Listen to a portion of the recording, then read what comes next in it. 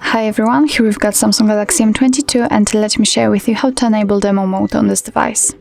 So first of all, let's enter the settings, and here we have to scroll down to the very bottom and tap on developer options.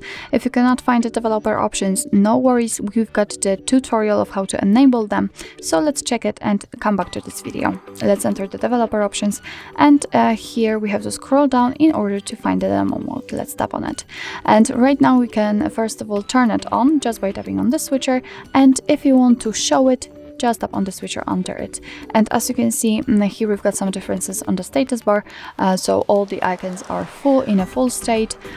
So this is how the demo mode actually appears. If you want to hide it but still have it turned on, just tap on the switcher here, and if you want to turn it off, tap here. So actually this is it. This is how to enable demo mode in your Samsung Galaxy M22. Thank you so much for watching. I hope that this video was helpful, and if it was, please hit the subscribe button and leave the thumbs up.